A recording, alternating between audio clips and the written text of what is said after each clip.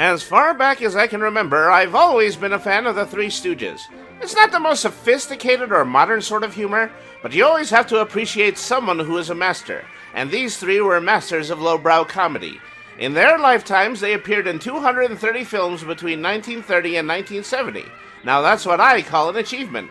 In the days of the NES, if you had a license, you made a video game. The Three Stooges game originally released on PC in 1988 from a little company called Cinemaware. Then the NES version came out the next year from Activision. In the process of adapting the game, a lot of the content had to be cut in order to meet the NES software limitations, and as a result, some of the game doesn't make a lot of sense. I'm a victim of circumstance. It's going to take a real fan in order to sort out this mess. Fortunately, I know the Stooges like the back of my backhand. So we're going to go through the game bit by bit, piece by piece, explaining every in and out along the way. And yes, I know there's another video out there just like this one. Just stay with me and I promise I'll come up with some new junk to talk about. Take off your hat. Now raise your right hand. Now place your left hand here. Take off your hat. Raise your right hand. Now put your left hand here. In this game, you have 30 days to rescue Ma's orphanage from foreclosure from the evil banker I Fleecem. What the game doesn't tell you is that you need a minimum of $5,000 to win back the lease, but you'll get a better ending if you manage to make $9,000. The Stooges work to make the cash by doing what they do best: work odd jobs. This part takes the form of a board game where Mo randomly chooses a new job each day from the want ads. You have to be careful with Mo's hand, though, because if he gets hit with one of the many mousetraps on the board, he'll lose a finger, and if he loses all 4 fingers, the game will end. You know, it might be useful if Mo's hand moved a little bit slower across those want ads. Fortunately, if you land on this eye poke icon, you can play a minigame where you can relieve a little stress by slapping Larry and Curly. Every hit you land on your nitwits lowers your hand speed a little bit, but if they manage to dodge, the speed is going to go up. You usually only have to play this minigame once in order to set your hand speed just right. There are a few other helpful icons on the stage. Safe spaces and dollar signs add bonus cash to your total, and the question mark spaces hurt you by either taking away cash or wasting one of your days. That explains about everything on the board except for the minigames.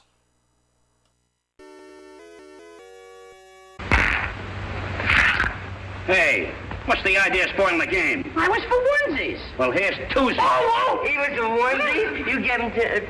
Here's fivesies.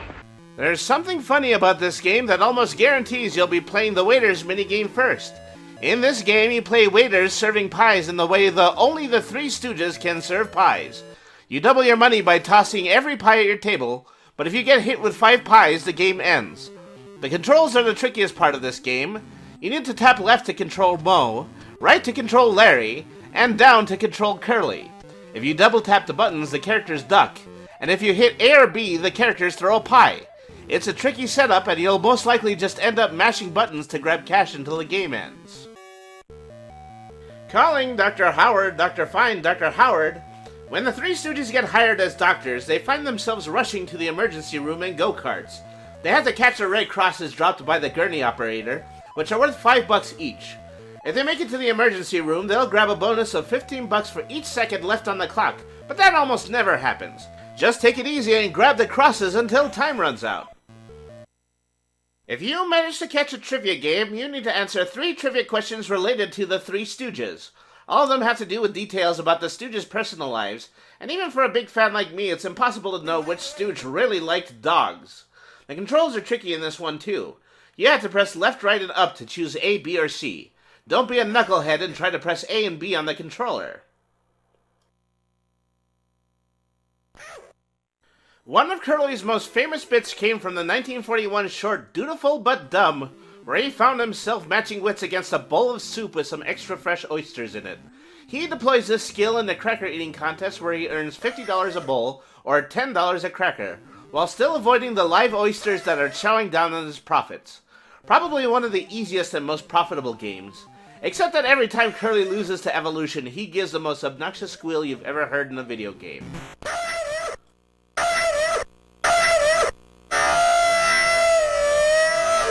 Finally, we have the boxing minigame. This is the one that usually merits the most explanation. We know from the 1934 short Punch Drunks that Curly becomes insanely violent every time he hears the tune of Pop Goes the Weasel. The Stooges want to use this to win a boxing match against Killer Kilduff, but Larry has an accident and breaks his violin. You control Larry as he takes a dash across the city to grab a radio, hopping past crates, ladders, and this weird thing people debate is either a dog or a homeless person. You only have 6 rounds or 6 turns with a stopwatch at the top of the screen to make it back. You'll get $500 if you win, and absolutely nothing if you lose. And that, my friends, is the Three Stooges on NES. One of my favorite games in the whole library. It's a difficult game to love, though. In between the washed-out graphics, the annoying sounds, and the tricky controls, it's hard for me to give it a solid recommendation. In fact, I think whoever programmed this should be bloated and plucked bald. Hey, I resemble that remark. Pipe down. Oh! Oh! Hey, what you gonna do that for? You too, huh? Oh! I can't see! I can't see! What's the matter? I got my eyes closed. Why, you... Ruff! Ruff! Yeah!